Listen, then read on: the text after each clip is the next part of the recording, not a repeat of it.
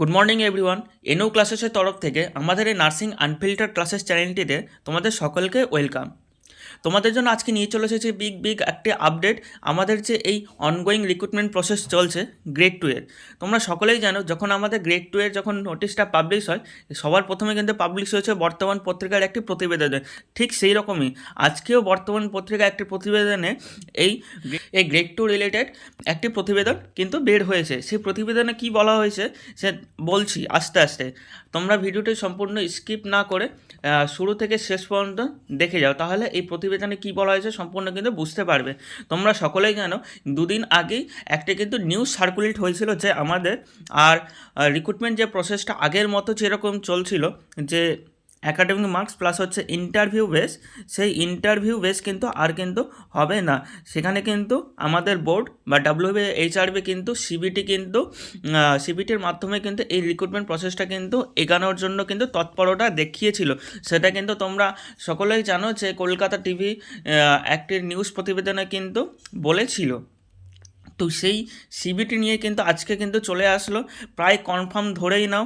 তোমাদের এই নিউজ পেপারে কিন্তু সেই সিবিটি নিয়ে কিন্তু বলা হয়েছে, তো তোমরা প্রায় কনফার্ম ধরেই নাও যে আমাদের সিবিটি হচ্ছে। তো চলো এই সিবিটি নিয়ে আর কি বলেছে তোমরা দেখে নাও। এখানে দেখো, প্রথমে দেখো এই প্রতিবেদনটি কোথায় পাবলিশ হয়েছে বললাম, বর্তমান পত্রিকায় পাবলিশ হয়েছে। দেখো বর্তমান পত্রিকায় কী পাবলিশ হয়েছে, দেখো গভর্নমেন্ট অফ ওয়েস্ট বেঙ্গলের তরফ থেকে দেখো WBHRB বোর্ড দেখতেই পাচ্ছ, ডেট দেখো 30/10/2025, প্লাস মেমো নম্বরটাও দেখে নাও, এখানে মেমো নম্বরও কিন্তু দেওয়া হয়েছে, প্লাস আমাদের যে ইমেল নম্বর সব কিছু কিন্তু দেওয়া হয়েছে। তাহলে তোমরা বুঝতেই পারছো যে একদম প্রায় অথেন্টিকেট একটি খবর, একটি নিউজ কিন্তু WBHRBর তরফ থেকে কিন্তু পাবলিশ করা হয়েছে বর্তমান পত্রিকার মাধ্যম দিয়ে।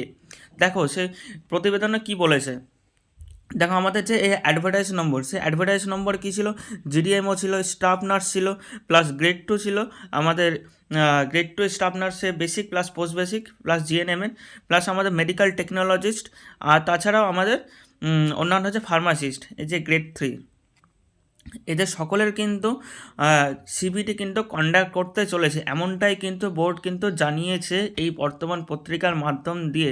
দেখো এখানে কি বলেছে, mention in the serial number 1 to 6, এই যে ওপরে যে অ্যাডভার্টাইজ নম্বর 1 থেকে 6 বললাম, সেই স্টাফ নার্স থেকে শুরু করে GDMO থেকে শুরু করে ফার্মাসিস্ট প্রত্যেকের জন্যই কিন্তু নোটিফাই করা হয়েছে। তাই board has decided to conduct CBT based exam for shortlisting. কী বলছে, শর্ট লিস্টিং। দেখো কি বলছে, shortlisting or shortlisting candidate to be called for the interview and the preparation of overall performances according to merit to be call for interview. অর্থাৎ তোমাদের কিন্তু আগের যে প্রসেস ছিল যে অ্যাকাডেমিক কোয়ালিফিকেশানের ওপর তোমাদেরকে ইন্টারভিউ ডাকা হতো, এখন কিন্তু আর সেটা হবে না। সেটা এখন কি হবে, এখন হবে ডাইরেক্ট সিবিটি। এই সিবিটির মধ্যে দিয়ে যারা কোয়ালিফাই করবে সেই সমস্ত কোয়ালিফাইড স্টুডেন্টগুলোকেই কিন্তু ইন্টারভিউর জন্য কিন্তু ডাকা হবে। বোঝা গেল কি বোঝাতে চেয়েছে এখানে। এখন আর কিন্তু একাডেমিক কোয়ালিফিকেশানের কোনো গুরুত্বই থাকছে না, ডাইরেক্ট শুধু হবে সিবিটিতে যারা কোয়ালিফাই করবে তাদেরকে ইন্টারভিউর জন্য ডাকা হবে। তো তোমরা সকলে কিন্তু তৈরি হয়ে নাও, প্রস্তুতি নিতে শুরু করো যে আমাদের সিবিটি কিন্তু হচ্ছে, এমনটাই কিন্তু বোর্ড জানিয়েছে এই বর্তমান পত্রিকার মধ্যে দিয়ে। এবার দেখো আমাদের মার্কিং যে ডিস্ট্রিবিউশন, সে মার্কিং ডিস্ট্রিবিউশনটা কিন্তু এখানে কিন্তু বলে দেওয়া হয়েছে। দেখো এখানে কিন্তু একদম সরাসরি কিন্তু বলেই দিয়েছে অ্যাকাডেমিক মার্কস কিন্তু 0, আর কোনো অ্যাকাডেমিক মার্কসের কিন্তু কোনো ভ্যালু থাকলো না। এই যে আমরা এতদিন ধরে অনেক স্টুডেন্ট কিন্তু চিন্তায় ভুগছিল, বিশেষ করে যারা 2018 সালের আগেও যারা এইচএস দিয়েছে, যেমন অনেকেই ছিল 11 সালের এইচএস দেওয়া, 12 সালের এইচএস দেওয়া, 15 সালের এইচএস দেওয়া, তাদের কিন্তু এইচএসের মার্কটা কিন্তু অনেকটাই কম ছিল, যার কারণে তারা কিন্তু এই কম্পিটিশান থেকে কিন্তু আগেই অনেকে ছিটকে যাচ্ছিলো। তাছাড়াও অনেকের কিন্তু আবার জিএনএমে বা বিএসসিতেও কিন্তু মার্ক অনেক কম ছিল, সেখানে কিন্তু তারা এই কম্পিটিশান থেকে কিন্তু আগে ছিটকে যাচ্ছিলো। সেই মার্কের ব্যাপারটা তো আছে, প্লাস ক্যান্ডিডেট, এই যে 50,000 প্লাস ক্যান্ডিডেট, এই 50,000 প্লাস ক্যান্ডিডেট হওয়ার কারণে আমাদের কি ভ্যাকেন্সি ছেড়েছে, আমাদের ভ্যাকেন্সি ছেড়েছে হচ্ছে মাত্র 5K, মানে 5,000। 50,000-এর জন্য 5,000, এই 5,000 সিটের জন্য প্রায় 50,000 যখন আমাদের অ্যাপ্লিকেশান পড়েছে, এখান থেকে কিন্তু 50,000 জনের মধ্যে 5,000 জনকে প্রাথমিকভাবে ইন্টারভিউয়ের মধ্যে দিয়ে চুজ করা কিন্তু বা বাছাই করা কিন্তু খুবই টাফ। এই টাফ জিনিসটাকেই কিন্তু ইজি করার জন্য বোর্ড কিন্তু সিবিটির দিকে এগিয়েছে। আর তোমরা ধরেই না যে সিবিটি এবার হবেই হবে, যেহেতু বর্তমান পত্রিকার মধ্যে দিয়ে একদম প্রায় অফিসিয়ালের নোটিশ হিসাবেই কিন্তু পাবলিশ করেছে আমাদের WBHRB বোর্ড। এইবার দেখো আর কি বলেছে, আর বলেছে এক্সপিরিয়েন্স মার্ক কিন্তু থাকবে হচ্ছে 0। দেখো এক্সপিরিয়েন্স মার্ক কিন্তু বলে দিয়েছে 0। এই যে এতদিন ধরে যে আমাদের এক্সপিরিয়েন্স মার্কসের যে ক্রাইটেরিয়াটা ছিল যে 1 ইয়ার করলে 2 মার্কস পাবে বা 2 ইয়ার করলে 4 মার্কস পাবে, যে এরকম যে ক্রাইটেরিয়াটা ছিল এইটাও কিন্তু আর কিচ্ছু প্রযোজ্য হবে না। যারা কোনো দিন হসপিটালে গিয়ে এক্সপিরিয়েন্স গ্যাদারই করেনি, কোনো দিন ঢুকেও নি, পাস আউট হওয়ার পর তারাও কিন্তু মানে ফ্রেশার্সরাও কিন্তু একদম এলিজেবল, কোনো এক্সপিরিয়েন্স মার্ক কিন্তু থাকছে না। এবার যারা এতদিন ধরে এক্সপিরিয়েন্স করে এসেছে তারা ভাবছে হয়তো এবার কি হবে আমাদের এক্সপিরিয়েন্সের, তাদের জন্য বলে রাখি তোমাদের এক্সপিরিয়েন্সের মার্কের হয়তো এখানে গুরুত্ব দিচ্ছে না, কিন্তু তোমাদের যে এই যে এক্সপিরিয়েন্স আছে সেই এক্সপিরিয়েন্সে কিন্তু গুরুত্বটা কিন্তু ইন্টারভিউয়ে কিন্তু দেবে, কোথাও না কোথাও ইন্টারভিউ কিন্তু দেবে। প্লাস তুমি যখন পোস্টিং হবে, ওয়ার্ক যেখানে যাবে ওয়ার্ক ফিল্ডে, সেই ওয়ার্ক ফিল্ডে গিয়েও কিন্তু তোমার যে এক্সপিরিয়েন্স এতদিন ধরে গ্যাদার করেছো, সেই এক্সপিরিয়েন্স গ্যাদার করা থেকে তোমার যা নলেজ আছে সেই নলেজগুলো কিন্তু পেশেন্ট কেয়ারে কিন্তু সমানভাবে কিন্তু দিতে পারবে। এক্ষেত্রে তোমার হয়তো রিক্রুটমেন্ট প্রসেসে হয়তো কোনো হেল্প হবে না, কিন্তু তোমার যে পেশেন্ট কেয়ার দেওয়া একদম ফিল্ডে সেখানে কিন্তু অনেক হেল্প হবে। আর তোমরা এটা ধরতেই পারো যাদের যাদের এইটা রয়েছে এক্সপিরিয়েন্স মার্ক রয়েছে, মানে এক্সপিরিয়েন্স রয়েছে, তাদের কিন্তু ইন্টারভিউয়ে কিন্তু কিছুটা হলেও কিন্তু একটা এজ দেবে, এটা কিন্তু ধরে রাখতে পারো ফ্রেশার্সদের তুলনায়। প্লাস এখানে দেখো আর কি বলেছে, দেখো এখানে বলেছে দেখো কম্পিউটার বেসড মার্ক 85 আর ইন্টারভিউ হচ্ছে 15, অর্থাৎ তোমাদের কিন্তু না থাকলো অ্যাকাডেমিক মার্কস, না থাকলো এক্সপিরিয়েন্স মার্কস, শুধু কি পড়ে রইল, শুধু পড়ে রইল হচ্ছে আমাদের এই সিবিটির হচ্ছে 85 মার্কস প্লাস হচ্ছে ইন্টারভিউ 15 মার্ক। এ হচ্ছে 100 মার্কের এক্সাম। এই 100 মার্কের মধ্যে যারা কোয়ালিফাই করতে পারবে তাদেরই কিন্তু প্যানেল লিস্টে নাম আসবে। কিন্তু সবথেকে টাফ বা সবথেকে যেটা মেন সেটা হচ্ছে এই যে 85 এক্সামটা, এই 85 এক্সামে কিন্তু তোমাদের আগে কোয়ালিফাই করতে হবে, তাহলে তোমরা ইন্টারভিউয়ের জন্য ডাক পাবে, আদারওয়াইজ কিন্তু ডাক পাবে না, সেখানে কিন্তু তোমরা রিজেক্ট হয়ে যাবে।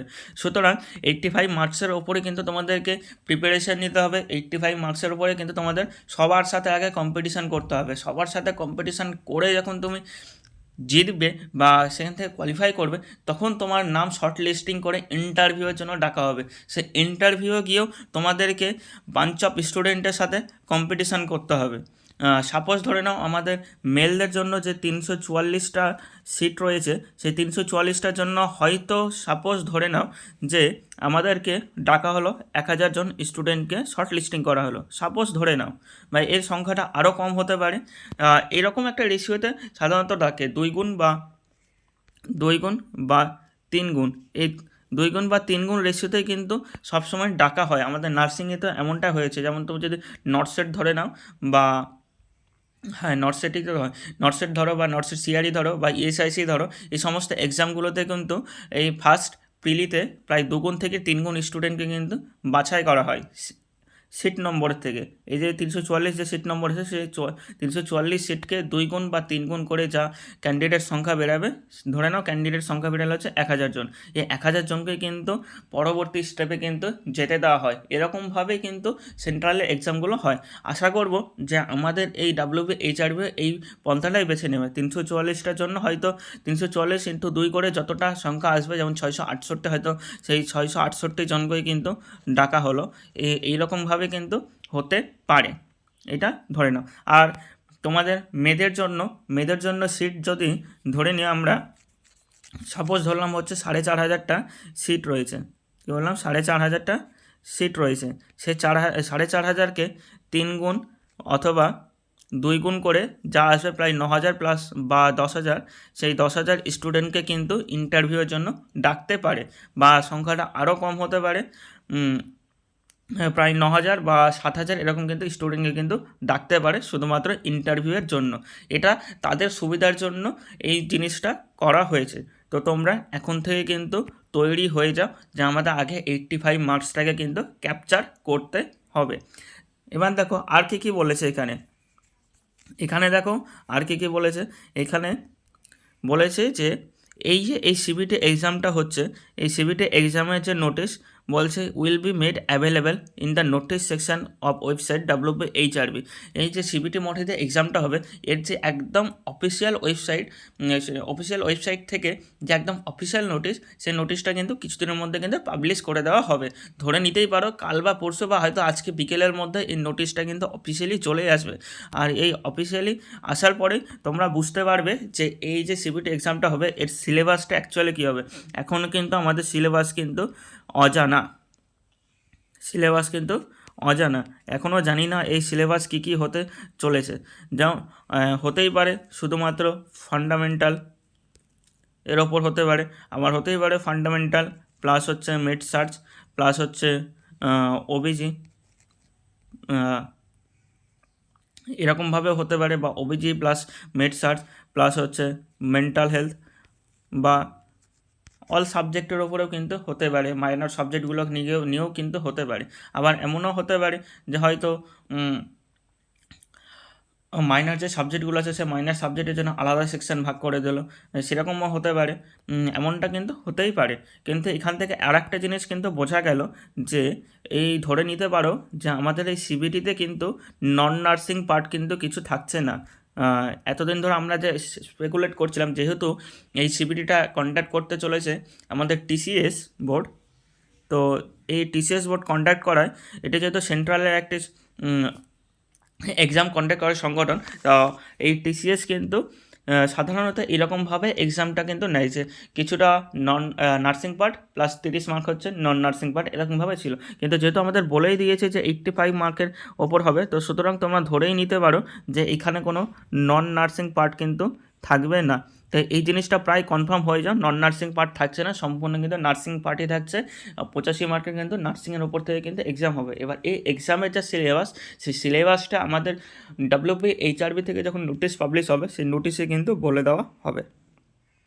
আর কি বলেছে দেখো, এখানে বলছে যে কম্পিউটার বেসড টেস্ট, দেখো এই যে CBT will be held tentatively during December 2025 থেকে জানুয়ারি 2026। বললাম ডিসেম্বর 2025 থেকে জানুয়ারি 2026। The exact date of holding CBT will be notified during the course. মানে তোমাদের এই যে সিবিটি এক্সামটা হবে সেই সিবিটি এক্সামটা প্রায় ধরেই নাও যে হচ্ছে ডিসেম্বরে, যেটা এতদিন ধরে আমরা স্পেকুলেটই করছিলাম যে হয় ডিসেম্বরে নইলে জানুয়ারিতে হবে। তো এখানেও তাই বলেছে, ডিসেম্বর নইলে জানুয়ারির মধ্যে কিন্তু হবে।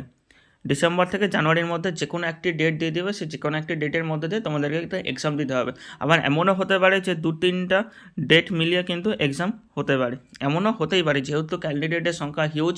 আর আমাদের ওয়েস্ট বেঙ্গলে পরিকাঠামোর কিন্তু খুব একটা কিন্তু নেই। কলকাতা, দুর্গাপুর আর কিছু কিছু জায়গা ছাড়া শিলিগুড়ি আর কিছু কিছু জায়গা ছাড়া আমাদের TCS যে কন্ডাক্ট করবে সিবিটি মোডে, সেই সিবিটি মোডে এক্সাম কন্ডাক্ট করার জন্য খুব একটা আমাদের পরিকাঠামো কিন্তু এখনও তৈরি হয়ে উঠতে পারেনি যে একসাথে এতগুলো ক্যান্ডিডেটের এক্সাম কন্ডাক্ট করবে।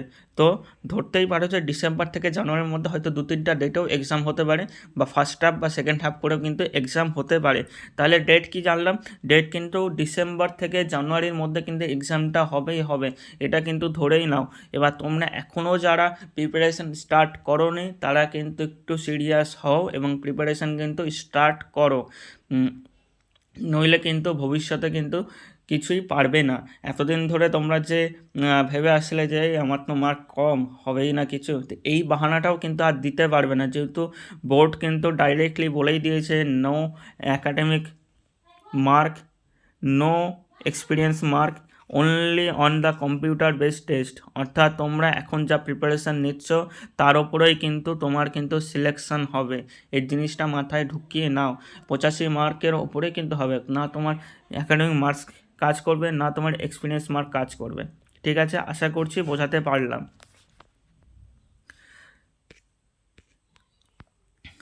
তোমরা যারা এখনও প্রিপারেশন স্টার্ট করোনি প্রিপারেশন স্টার্ট করো। তোমরা যদি ভালো মতো প্রিপেয়ার হতে চাও তাহলে আমাদের ডেসক্রিপশন বক্সে দেওয়া টেলিগ্রাম চ্যানেলে কিন্তু জয়েন হয়ে যেতে পারো।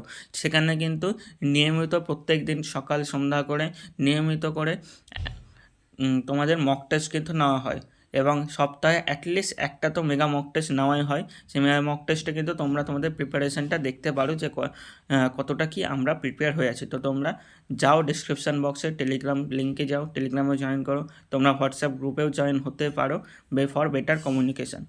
তো আজকের এই ভিডিওটা এইটুকুই। ধন্যবাদ। আশা করছি তোমরা বুঝতে পারছো যে তোমাদের কি হতে চলেছে এই গ্রেড 2 রিলেটেড, আর আশা করছি কিছুটা হলেও আপডেট দিতে পেরেছি। ধন্যবাদ।